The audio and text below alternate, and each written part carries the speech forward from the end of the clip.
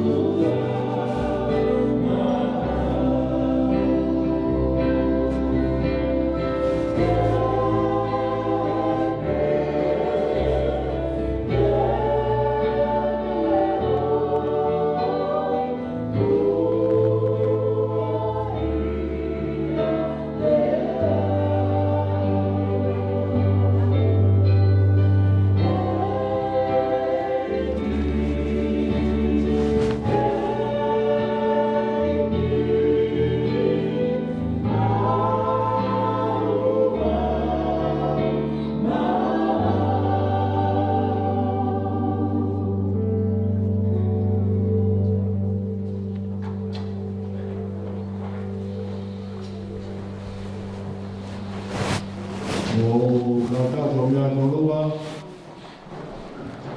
nak luar atau kata dia akhirnya ahok.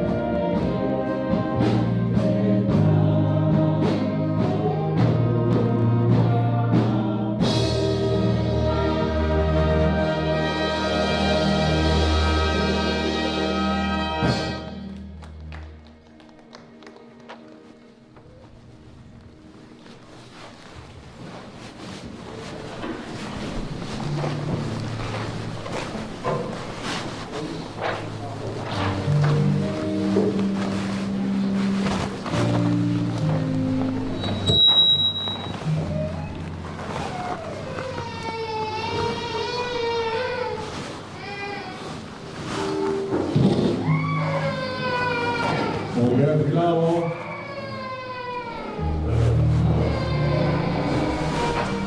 Pilao.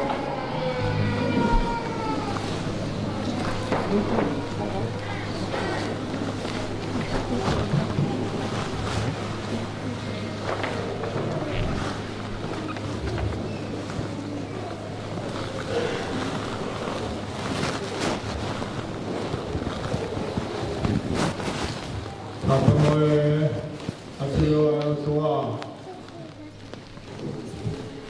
Letau, otolose.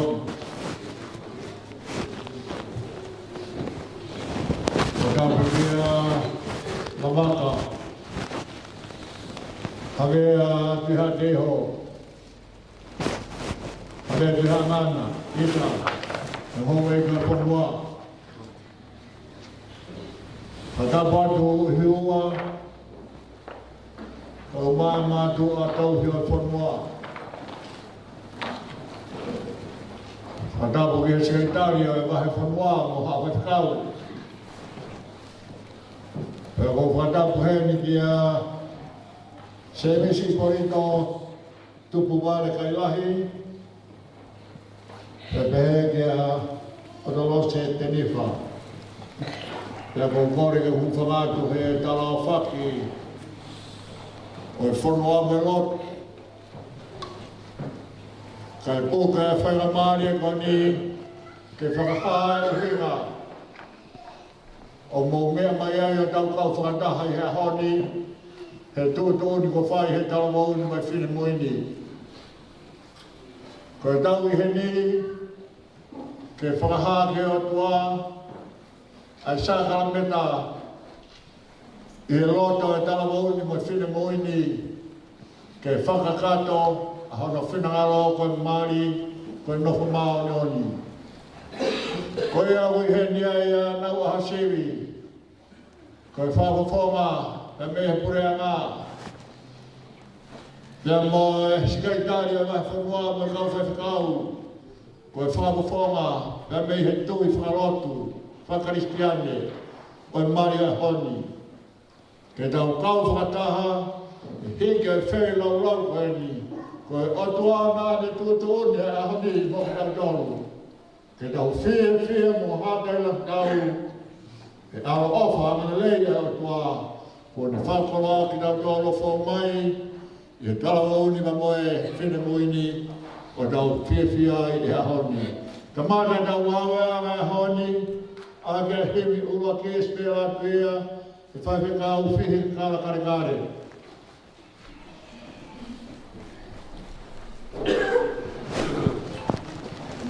Kailahi mi e kamata ki a ngawe mama fa kompongini kono fa ngea ua mo fulu e himi fa wanoa bukata ke meha ke tauiba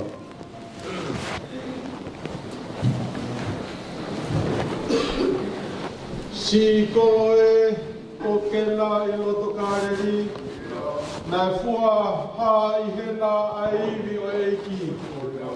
Nai kai koe whawhanga, te a whai tō mahaki, ka koe kātoanga, koe whai peo hamari.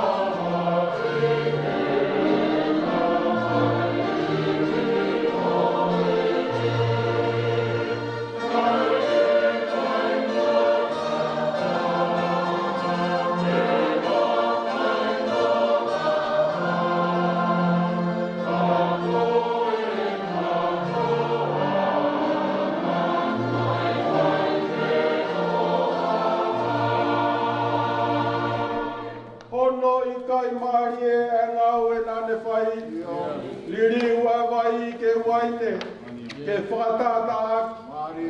E koe tūtūni, ka whairerei a mari. Ko kehe a moui, ko uaine pēa vai. Ko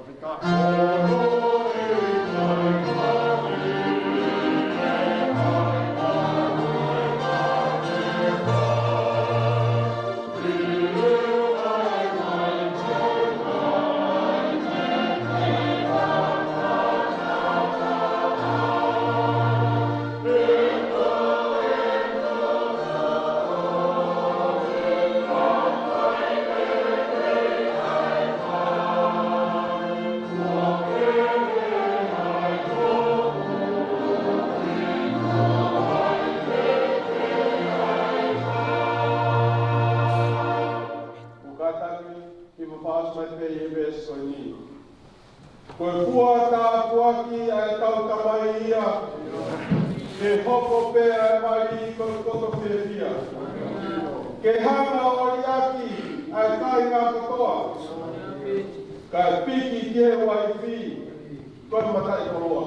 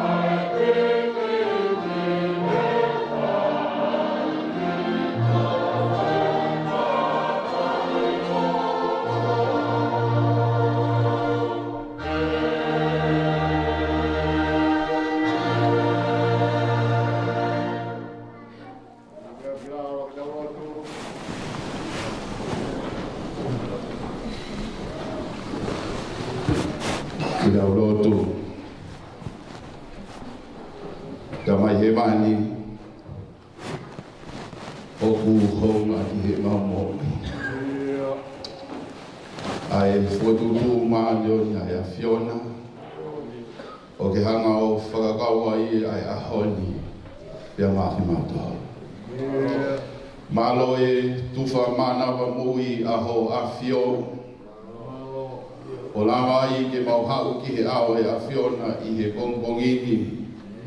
Pea mo e fia ka koha fia. Whai ai tu whai moku I o inasia ia hoeiki. Pe eki he whare o matapule. Whamalo atu ko hika e lamage lelei. Ai taratai whai whikau e ako eni. Mai kau sevaniti pani ai awhiona. Whawhalala ki ai o ho ngā we I ho maunga I aho he ako e. Mauloto ai peo kore he awhiona haiwi pia moha malohi pia me iolonga. Ko hiko e tō whatongi au he aho e. Mau whawhedai lahi ki he awhiona. E tai ilo iloa e aho e. Te ke hanga I o omi ha tamai o eiki si ipolito pia moha kananga Otolose. Ke ai ha aho ke whakatata mai ai ai omo family. Ke hai he lama I o e awhiona. Ko ha family for all. Ke te mautoro he aho koe. Ma whamaro atu he lama mai ai awhiona. Ke kau pia mo mautoro he aho koe. E mōni ai mea kotoa pe te mau whotutuku. Ka koe mea kotoa pe ia e auha. Mea pe tahe tai auha. Koe mea whai he awhiona. Wai he aho koe ni o mau hao tā lolo iho ao. Ai hou eiki, Mohamed Apure, si kau tamai o eiki. Pe eki he family mo e Kailahi whakotoa pe. Ke whahai mau fia ki he awhiona I he aho koe ni. Koe mau kore lau mai e. Ala mai mua I he tapa kotoa pe o I ngā ue o e aho koe ni. Koe mau whaamu ia, mo mau loto ia, ke whengawe aki e mea kotoa e, ke iai halangi pia moha koloria o ho awhio. Vai he katoa I ngawe aho koe nio, mau tuk whalala pe ia, o atu pe ki ho awhio. E kie toa ni aki mau tolu he aho koe ni, na he mea koe ke mau sia he mau lotu vai, mau kore, wha ulotu a aho awhio. Pe hea e mau lotu koe mau hua. Whai kotoa pēia e huaswa peho alo ka koho mauwha mo hui. Amen.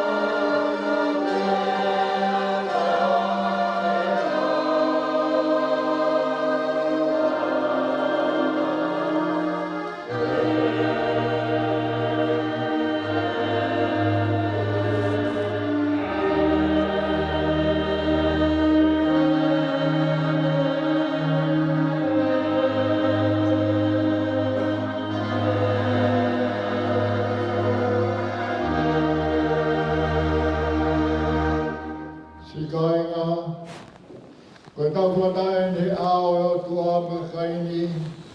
Ke whakahau koe tangata ni mahifineni i Māori. Aia koe na nawha o mon malu. Penai tūtū ni e taimia kei hao hao ai tangata. Ta koe whakatata fu misteri. Koe na nawha kalaisi mohono siasi. O waha koe mea maani o ni e mari.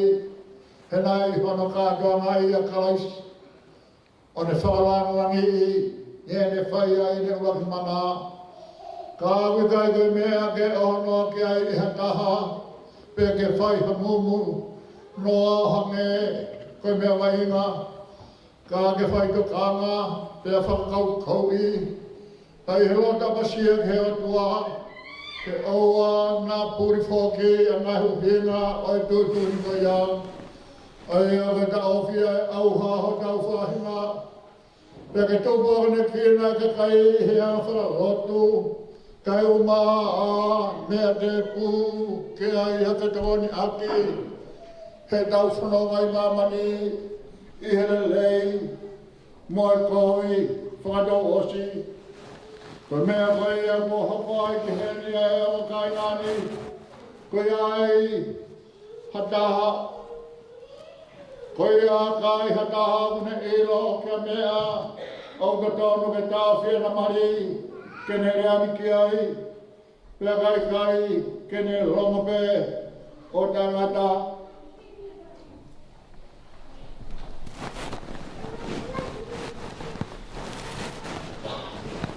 O ko tapo atu ke ati moa, ke mo manatu, te mo tutu he awha maru, Pe hai e ngahi mea ka tō pēne fuku i te roto. Koe a ka tau i o hamataha, ha mea ka tōnu, ke tau ki homo maini. Tau ane mo koe ke kerea mai, tei ke moni o pau. Ka whihala ki i mai whora ha mai, o i kai kaua i a tua. Pea i kai ka tōnu, e na manofo. Mao.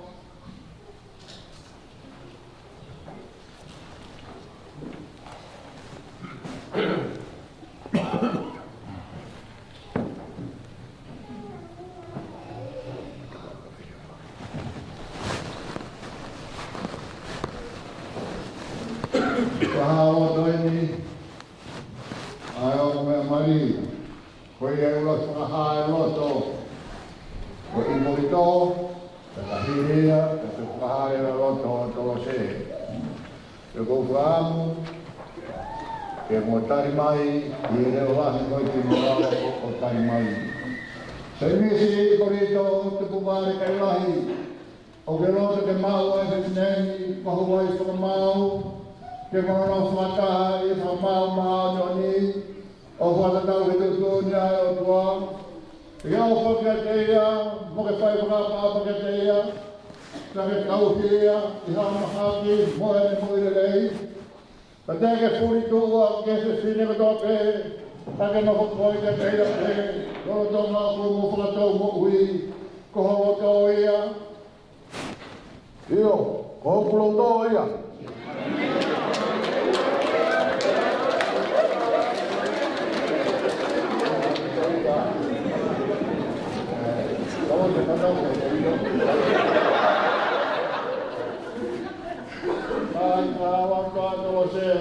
Otolose Tenifa, o ke rosa ke mau e taratani, o huspani ki whamau, ke mono whantaha ki whamau maadoni, o whanatau he tutu ni ai o tua, ke taranga pua ke teia, o tauhia, mo ke ofa ke teia, te ke whai whakapapa ke teia, o tauhia i haramahaki, mo e mo i rei.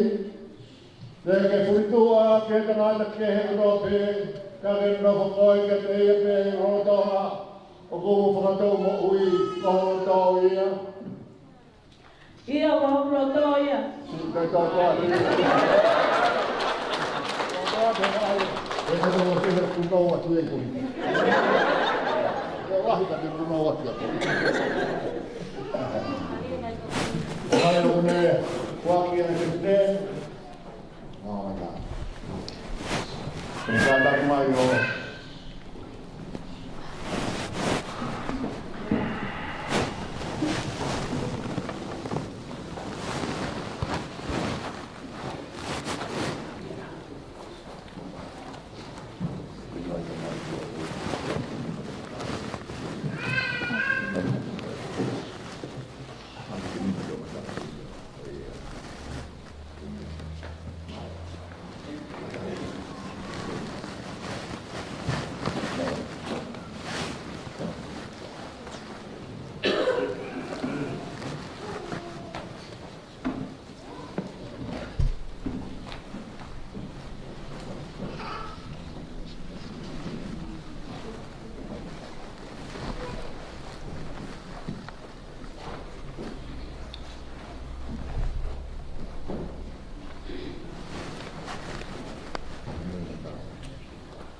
tau.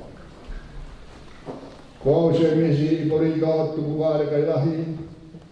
Ko Semisi Polito Tupuvare Kailahi. O Omikoe Otolose Tenifa. O Omikoe Otolose Tenifa. O Waiwhakamau. Waiwhakamau. He ahoni. He ahoni. He whainga waipe. Whainga waipe. I helelei moe kovi. I helelei moe kovi. I mau mea moe masiva. I mau mea mau masiva. I mahaki moe mo ui. I mahaki mo ui. Te uofa mo tauhi koe. Te ofa mo tauhi koe. Kai oua ke whamawai ki taua e mate. Kai oua ke whamawai taua e mate. O whakatau he tutune atua. Whaitatau ke tutune o tua. Koe kufua kawain ke te koe. Koe kufua kawain kia te koe. Mao rito. Nalase. Wau Otolose Tenifa. Wau Otolose Tenifa. O Omikoe Semisi Polito Tupuvare Kailahi. O Omikoe Semisi Polito Tupuvare Kailahi. Mo kuhuspani te whamau. O Kusepani te whamau.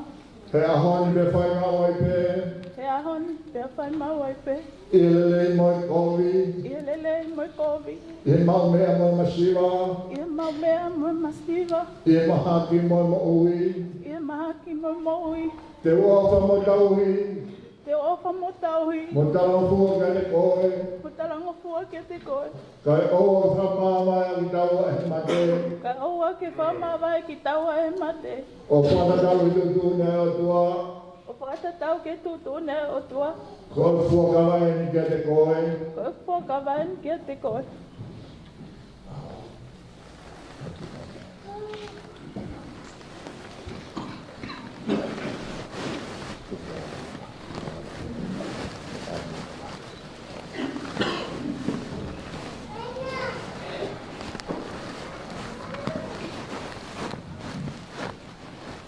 Hei meri oe, kalaki ai mama oe ule mai.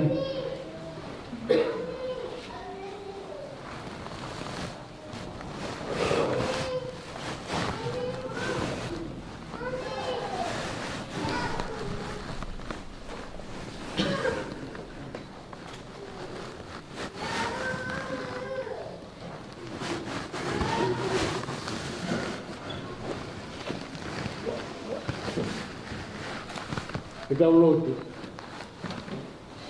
E o tua mak. Ai a ki fiona koe tau tapitahai o tua.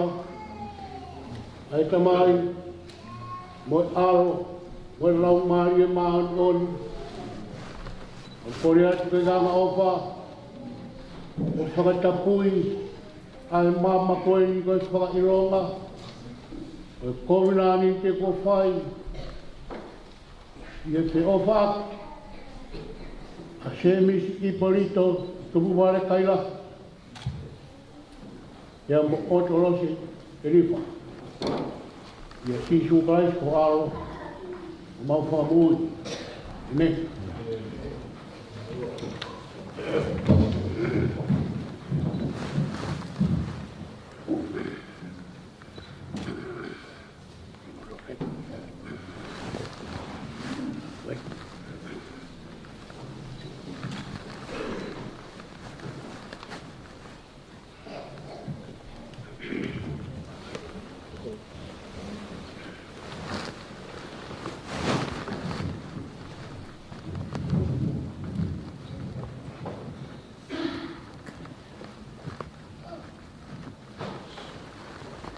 Iya mama.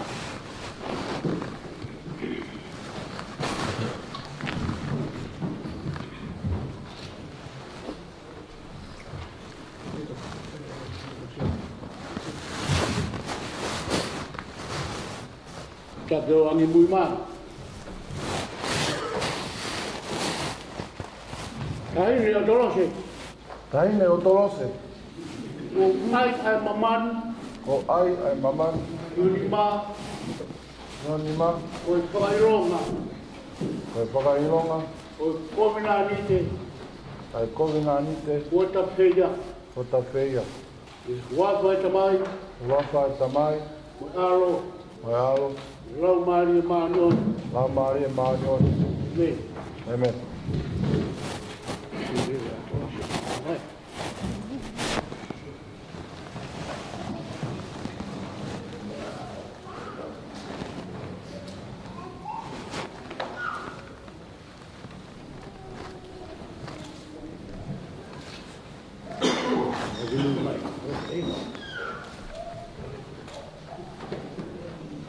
Tangata Semisi Ipolito. Tangata Semisi Ipolito. Tupu wale Kailahi. Tupu wale Kailahi. Tupu ai mamati. Tupu ai mamani. Iyo ni ma. Iyo ni ma. Koe whakailonga. Koe whakailonga. Koe kovina anite. Koe kovina anite. Koe tawhia. Koe tawhia. Yehuafa tamai. Yehuafa tamai. Moi alo. Moi alo. Moi lau mali maoni. Moi lau mali maoni oni. Amen. Amen. Aro.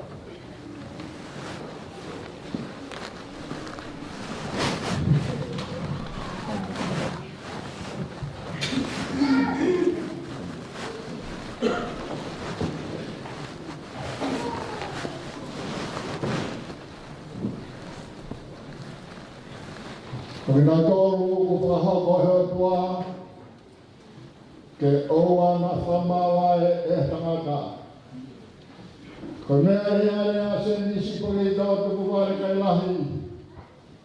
Mo Otolose Tenifa ke na whakaha mai maari oni.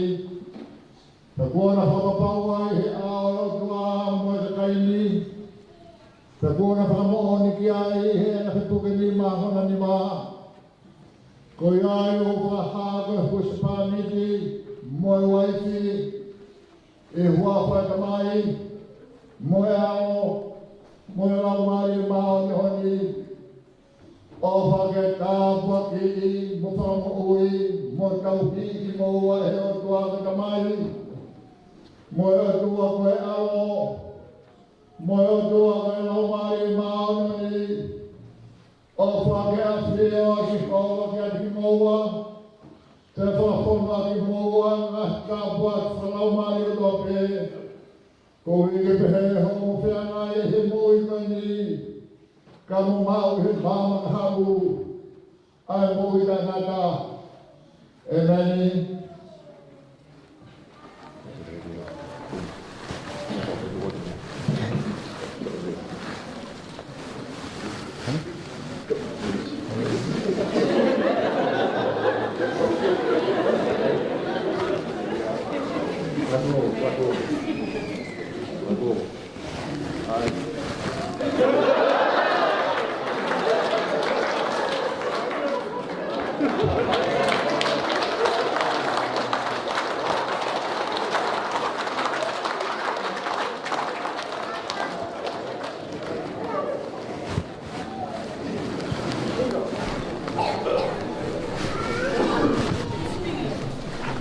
Kailahi ka waka katuai sa ramende o homohei, mga mari, mga paramari.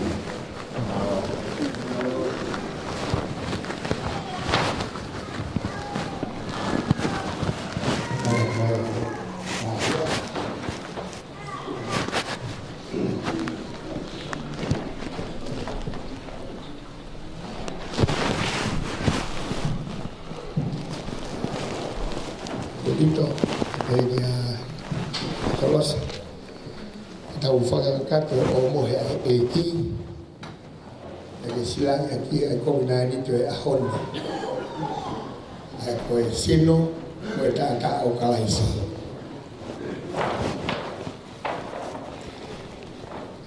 ai fiona de to hama i po ana lawa ki e hili ni fo feta ia ane pagi-pagi, ane ati ka tek na utolo ni mea, hok sino eni, o fuaki maa mo utolo, mo fai pehe, pe fua manati ke te au.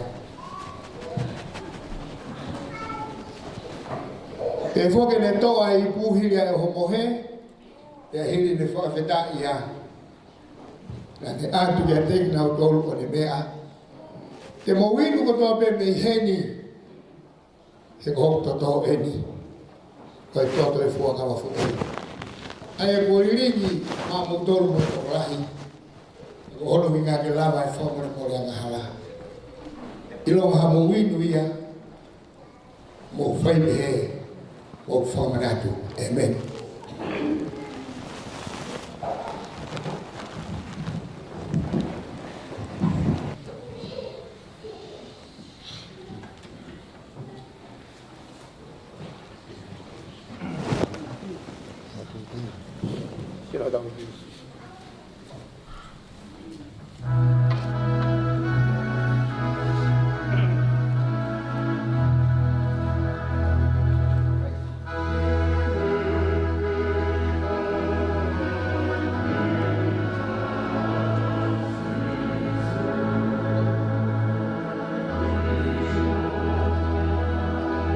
Sino na wingi ko si Subaisi.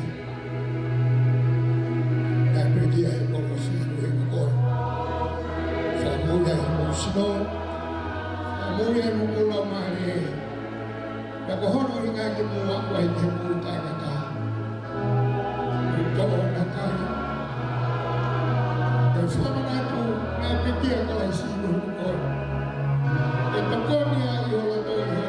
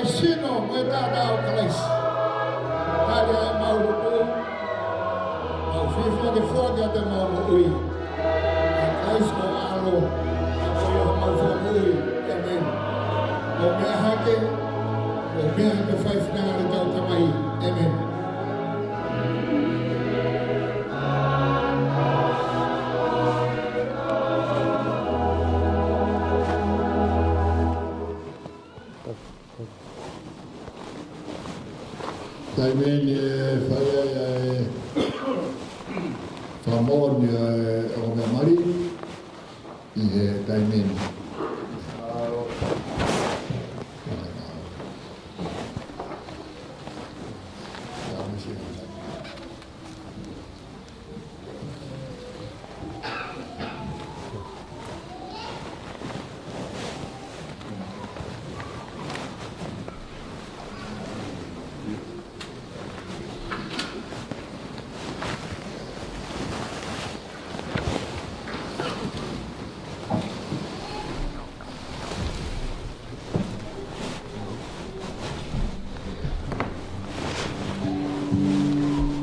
Kasama mo pamon kami ay sini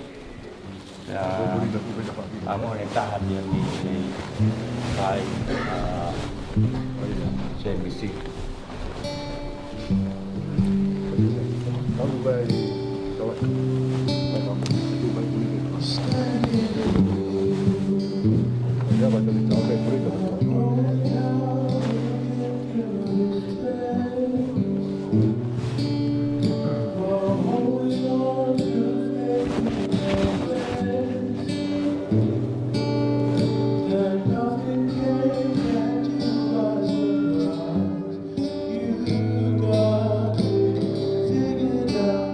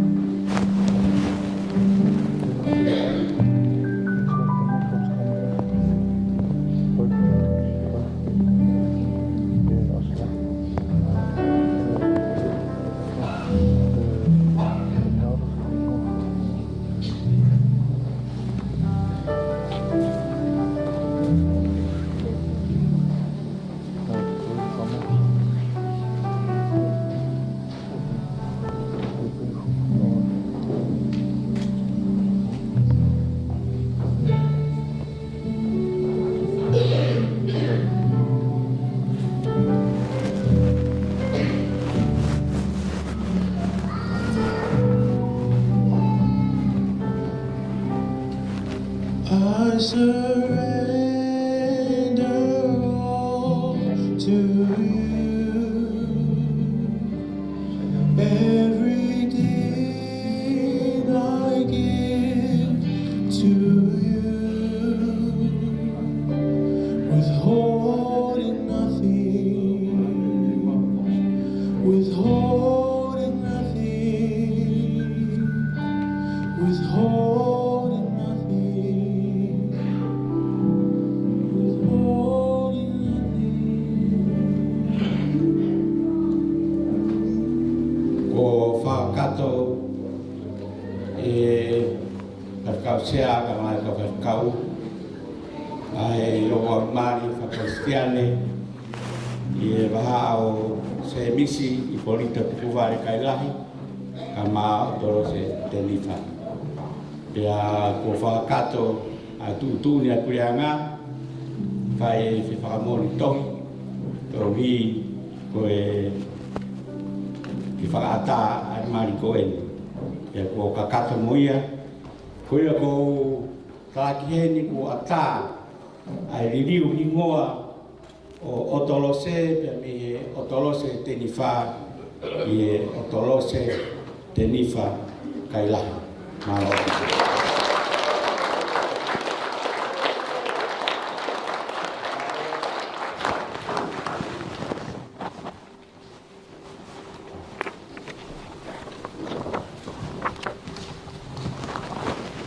Mawino, au hovan training e spela e whewhikau a e skime taha.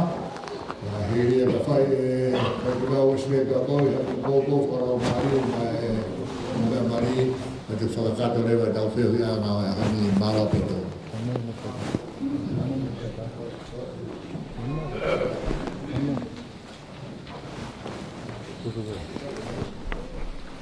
Mukadaki o mea hake tau hiwa, whānea unganoa, verse 5. Eki ko mauroto, tau kātua mamua. Kau koe he nonofo o whakawhai o fua. I longa hamasiwa, ke whakahai milangi, ke maua whiawhia, koe waine pēa vai.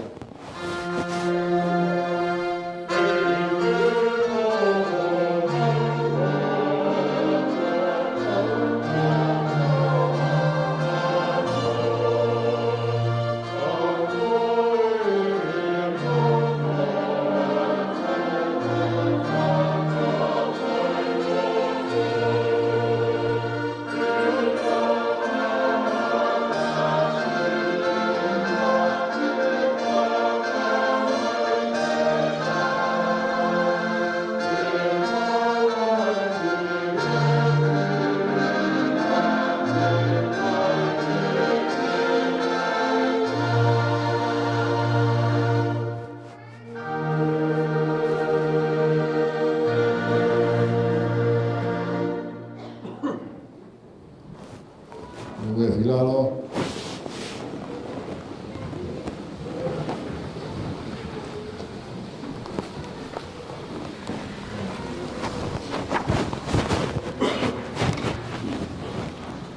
Apuri e awhia e o toa. Te a go whatapu ki e whaifkausea e vai whanua. Te a go kore ke uhu whama i he whatapu kakato ko le whai. I he whakahoko whamiri koia i he wā o Ipolito Kailahi e Otolose.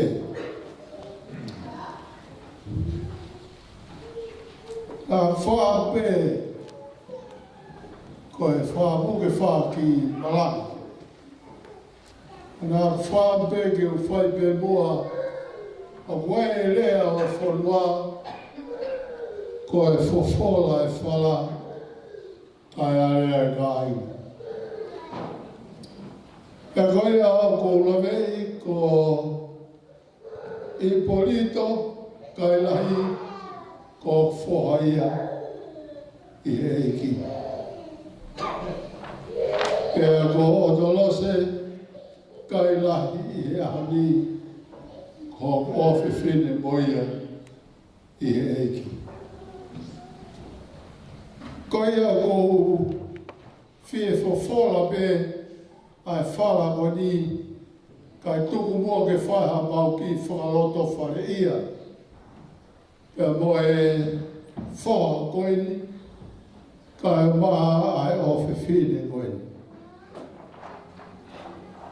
Koe ahoni koe aho o whetai aki ai ofa. Na ia i pe aho. Na e whanonga atu tapasi koe ni koe Ipolito e ne whakahau e o ne hila ki tapana o ne ilo o whiwhine koe ni. Pea ri atu ai whoi whiu no e ofa. Pea koe ri atu koe Ipolito e whoi whiu o e ofa. Toi ri mai o Otolose ia. Ai foi whiu no e ofa. Pea kamata rewa ke whihau aki ai ofa me he ahoko ia. Pea tau me ahoko ia nei kai moni o whai. Ma hino nei kei pi tai pea Ipolito haki mo. Ia wheitu. Pea pea mo Otolose. Pao pene a kahana huatu. Ngā oe a mau nei ai. Kanai kai mo oni ai o wha. Talo me a koia. Pea whai mai ai whanonga a Ipolito pea mo Otolose. Koe a honi. O whetai aki ai ofa.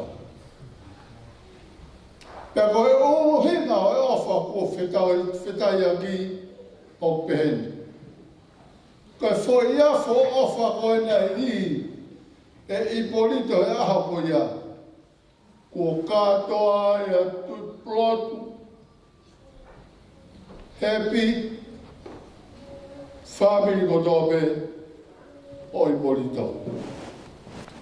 Pea te tau mo whoi afo nai li koia e Otolose, he aho koia, ko katoa ai a family o Otolose me he vai ko puna. Pea ko katoa ai o family, ko kaumai he ahoni mo siasi, pea ko whetai aki. Ko whetai aki ai ofa ai kaunangani ke moi tāwahoni. Ko mea kou amana ke mau ki whakaloto whare ia ki ai, ko tala noa pea. Ke utalane ki ai polito pe mo Otolose koe mari koe ofa ko fitai atu. O koe kai koe mari koe whea wha pe ai polito pe mo Otolose ki kai. Koe aho koe ni koe aho ia ko katoa mai whamiri o i polito. Ko katoa mai mai whamiri o Otolose. Pea ko kamata ke la langa ai whea whaagi. O hange koe rea o e whonua koe whatu whala i whare lalanga.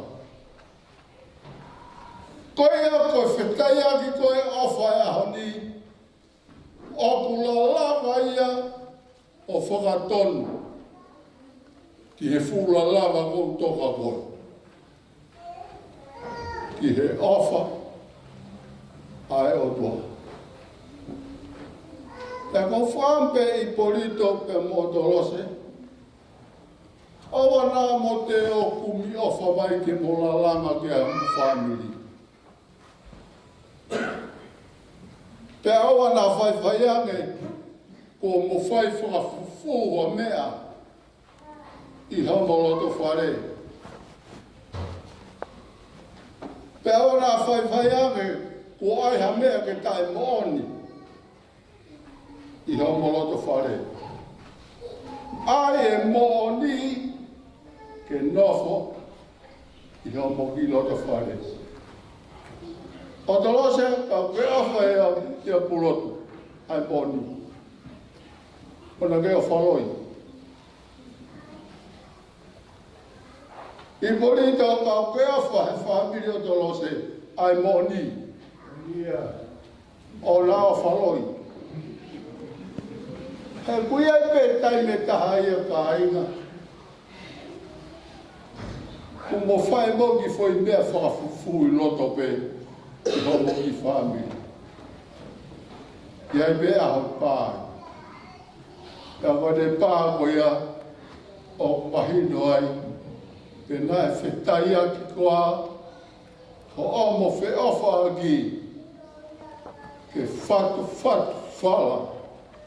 I he ofa ai o tua. Koe kōsperi a pongpongi. Koe tolo mai a niko timas. Kia sisu. Whaekala no a sisu ke niko timasi.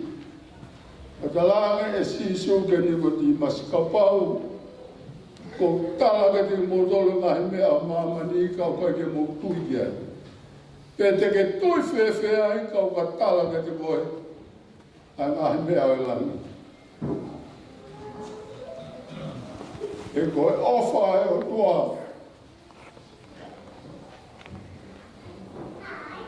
Nāne whāki ai. Hono auto pēta ana whakatupu. Koe hui. Koe ia koto ke tui piktai kia te ia. Ke hoa nā aua. Ka kene mau e mui tai ngata. Koe awhaia koe ko whamu kia i polito. Kia mo Otolose pe mo yongo whamiri. Ke whatu ai ofa. Ki he ofa pehe. Ai o tua. Polito. Mea sikore mai ke whamiri o Otolose mei tonga. O Otolose kake whafua mea. Polito, kātaki mo, o si e whae. O si e whae tāngata. Ko le maha ki sirini ke e ke lea. Ai e moni ke nofo. I homoloto whae. Ka tau me mo koe Otolose. A kua hawhi e mau. A hepi mo purotu. Kawa. Ona ke hanga fufu. Ke koho mātua. Owa nā ke fufu. Owa nā ke fufu. Ke koe aho e ni. ko whetai aki ai, ho mo whia whaki. Ko e himina tau maa ki he au ni. Ko e waine fish mua o e au ni. O mi kai koe kolo ai. Ka o mi kai koe paanga ia. I ka o mi kai koe hafuka atoa makai ia. I kai. Ko e waine fish mua o e au ni. Ko homo whio whawhai. Ke whakalata lewa homo ki family. Whawhiwhia lewa homo ki family. Pea ka awha e o tua whatu. Homo ui homo Matavai. Ko e manawa o pu whatu. Ke awha e o tua. O whalahea tau ki te te kumohu. Whalahe a pito ki hokai na mi pea. O whalahe a toa pito ki si hokai na mi holonga. O whalahe a toa pito ki he sea e vai whanua. Hokai na i e ki. O whakea te ki moho ai korito, mo Otolose. Ai o whae a toa.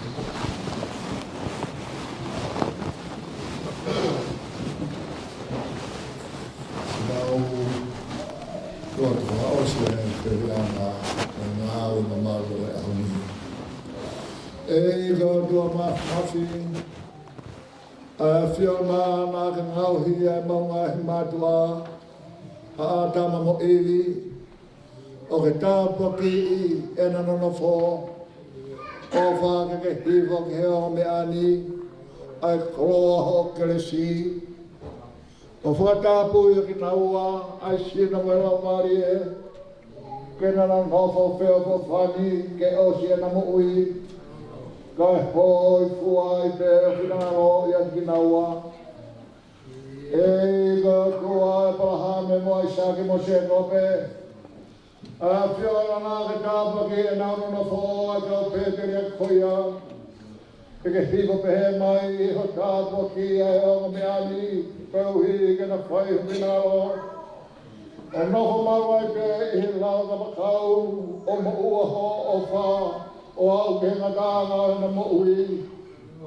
E ka ka mai hamo e ka sisu karaisi. A whiona nā ke whaki ho ao ka kusipani di o si. O ne whaki eia e ne mo ui kohi koia.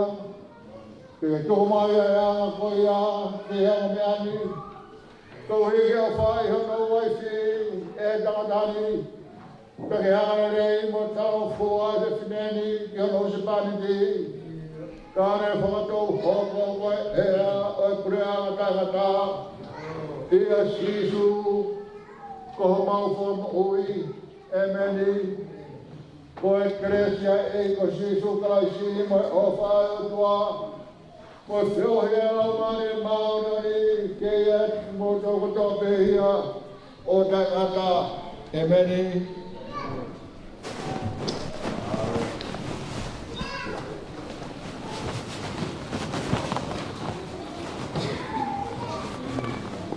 Marapito, a hiri rewa e whasta honua, e a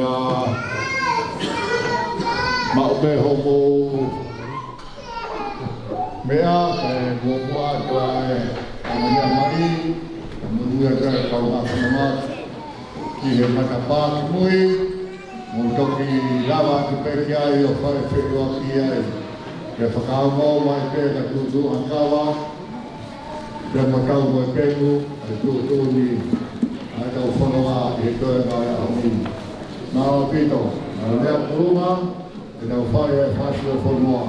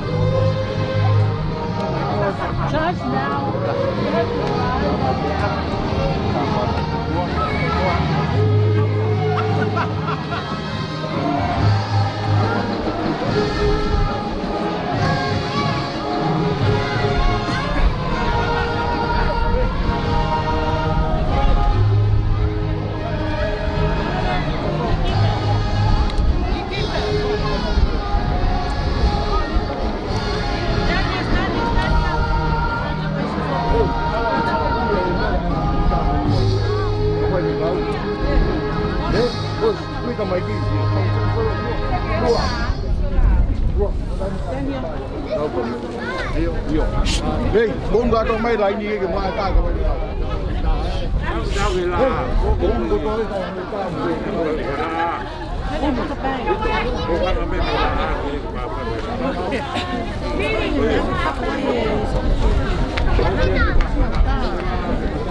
Ôi ni hao ama whisky ka mo moko. Mo tu mai ka mo ta.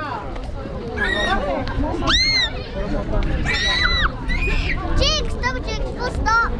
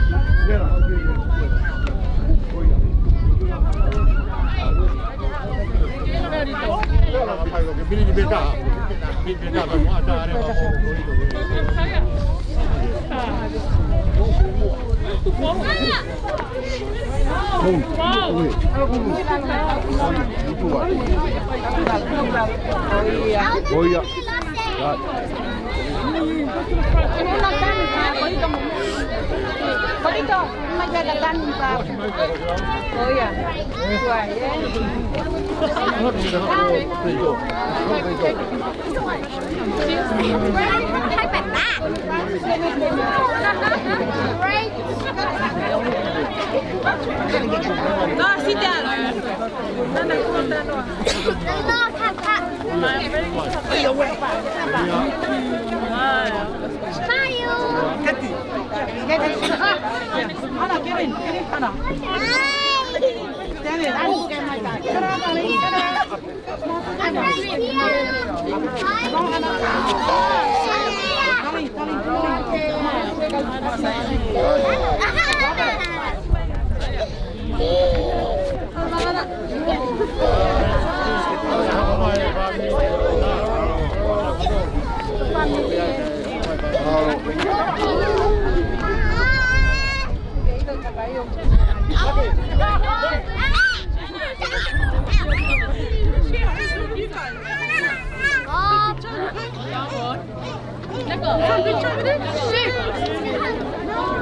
Magda, wo ist der Ball? Saya!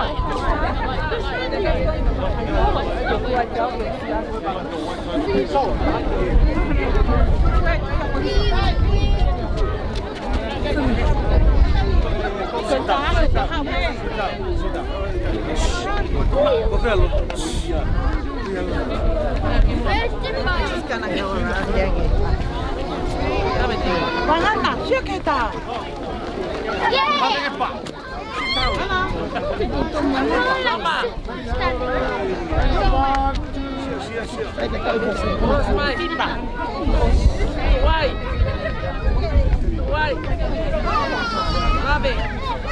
Banana.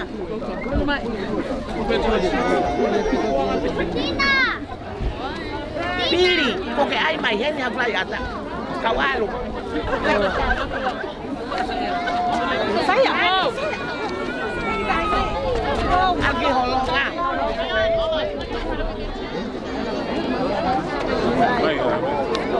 Ai ga sa ha pai ka ata pe ai.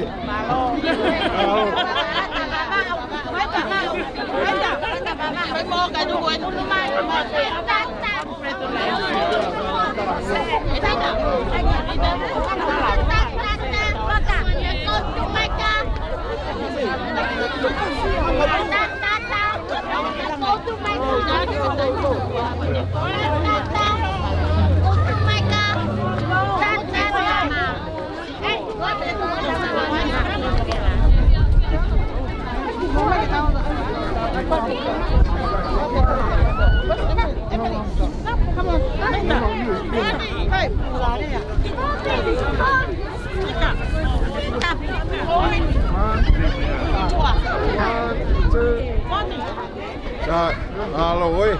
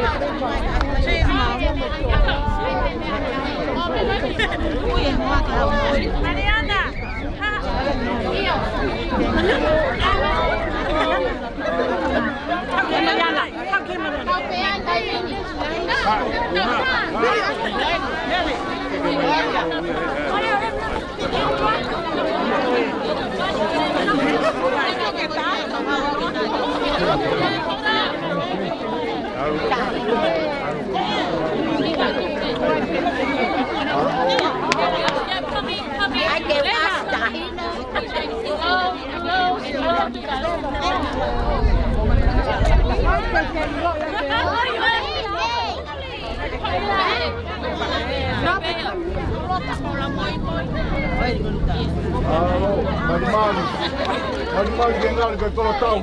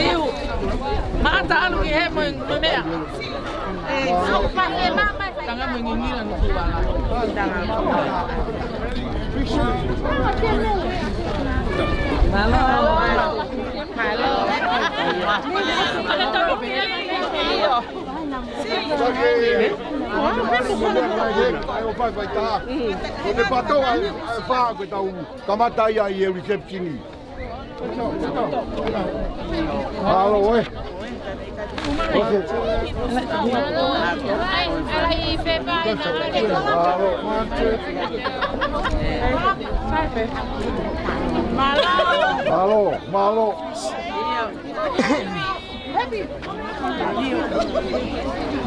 Dahil lamon ko puno na gun.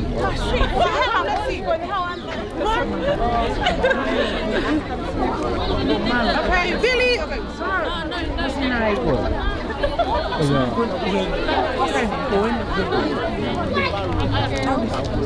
Guys, malo. Tadi nak kita tahu. Ready, 1, 2, and one more, 1, 2. Wait. Halo, ready, 1, 2, and one more, 1, 2.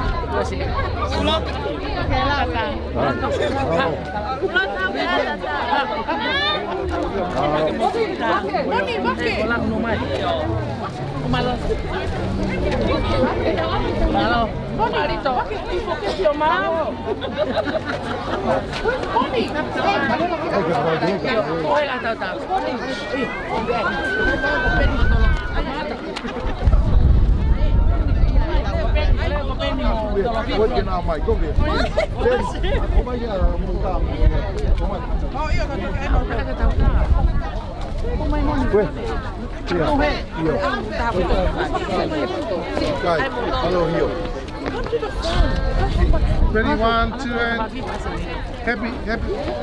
Ready, 1, 2. Hello,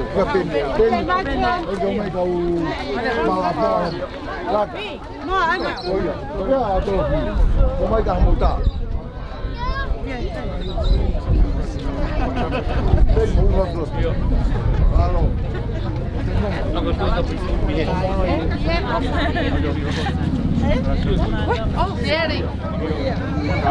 1, 2.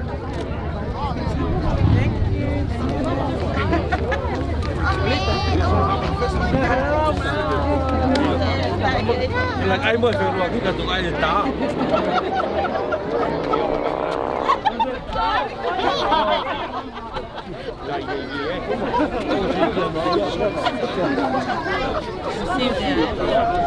Đâu biết cái nào mà hiểu. Cái em mà pita kayo. Ready, 1, 2. 1, 2. Last one, 1, 2, and.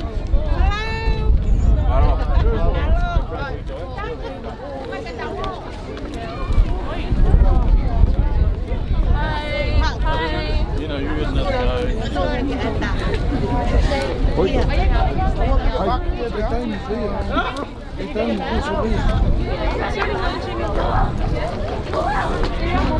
I want you guys to come to the shade. Take some photos. Try to stand on your face. Nice here.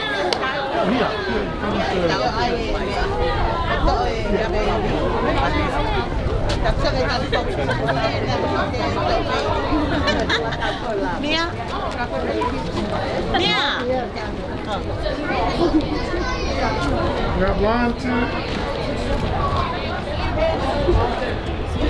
Thank you. Wait. 1, 2, and 1, 2, and.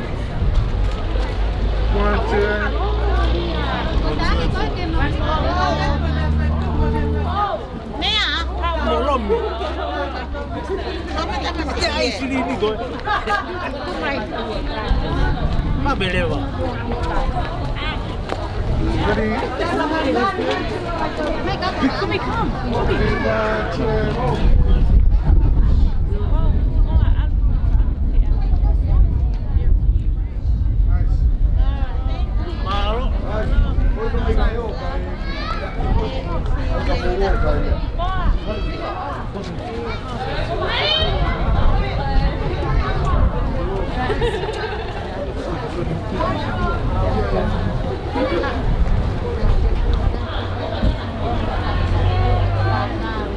One, two.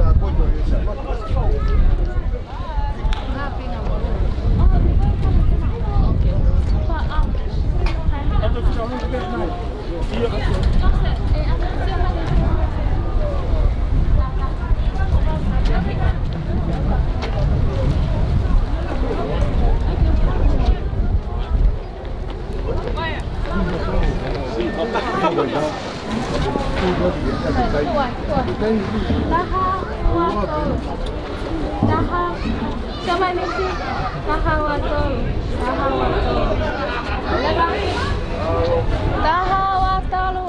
Tahawatolu. Mauma.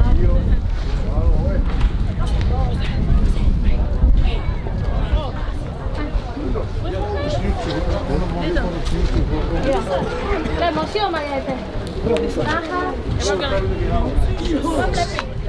Jump over. Right there. Sorry.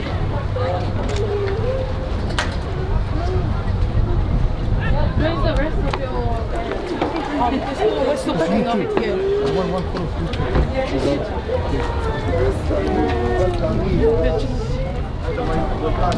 Where?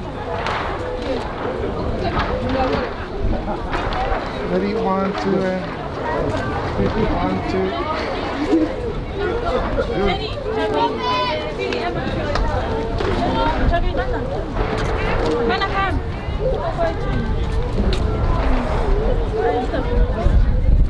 See? 1, 2, and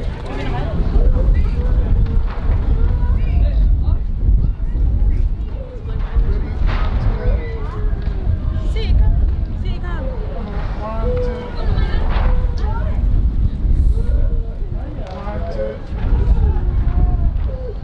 1, 2. Thank you. Okay, yeah. Where's the car? Thank you.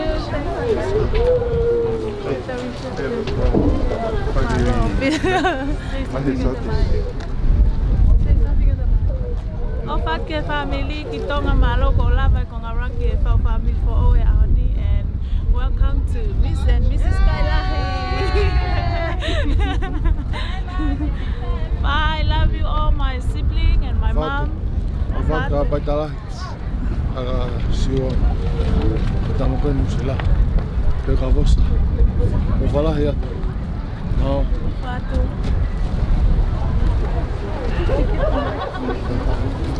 Oh, why?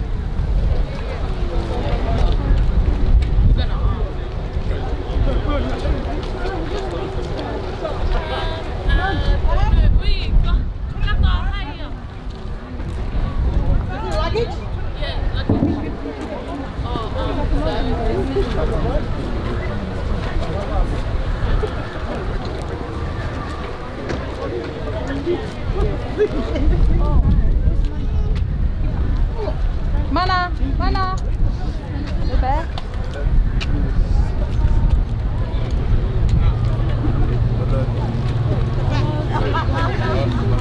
Mana? Olo.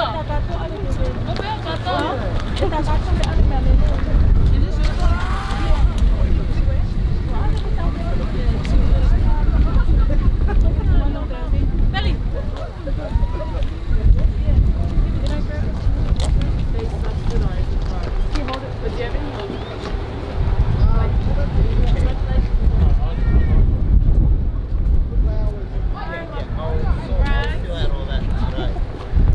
Yeah, chair. I'll send you the details, and then you can take it out of the super.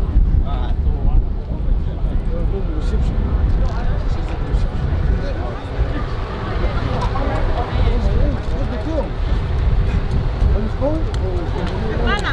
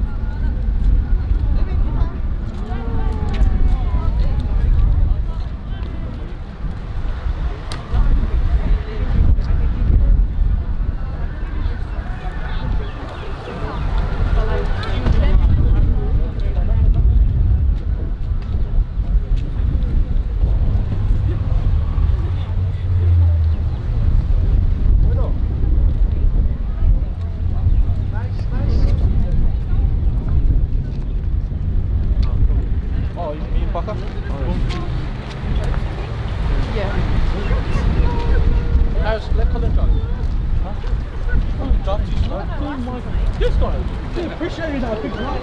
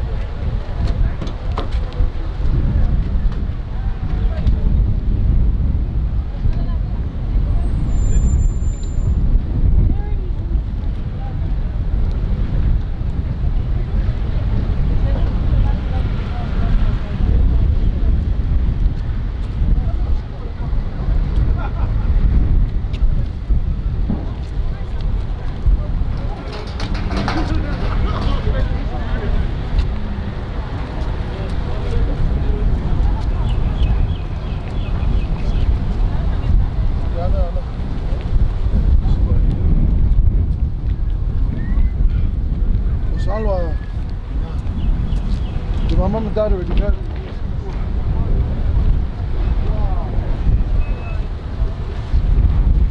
Did you get me?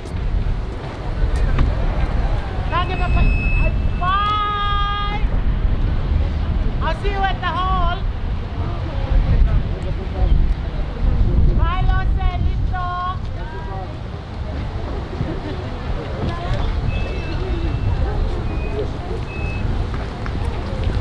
Kita. Kita.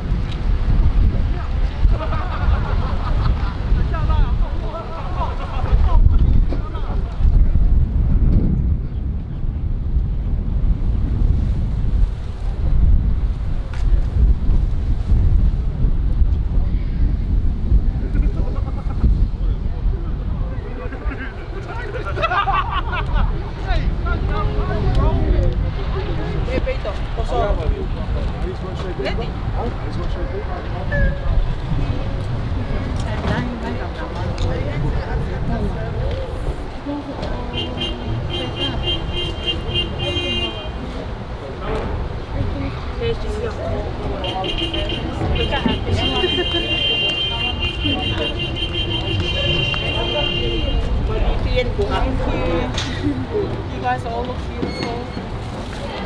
It's a beautiful day on the wash. Oh wow. Hi, this is my sister-in-law, Semisi.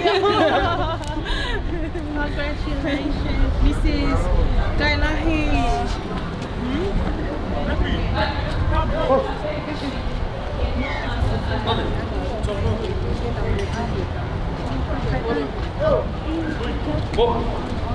See you in there. Thank you. Bye. Hi everyone. Thanks for coming. Afatu. You want to come here?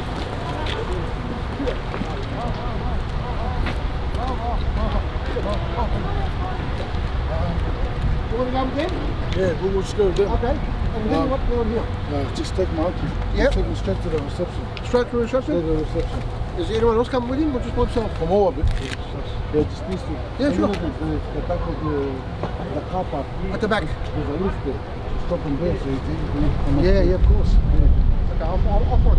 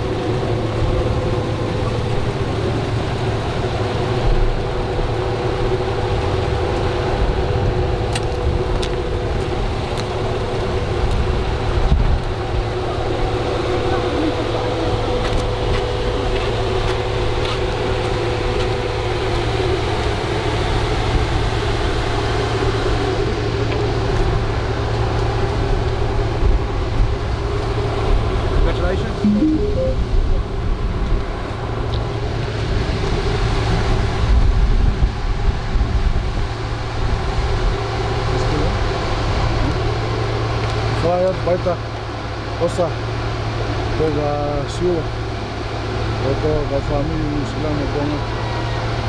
Wow, ko fala ya ko. Okay.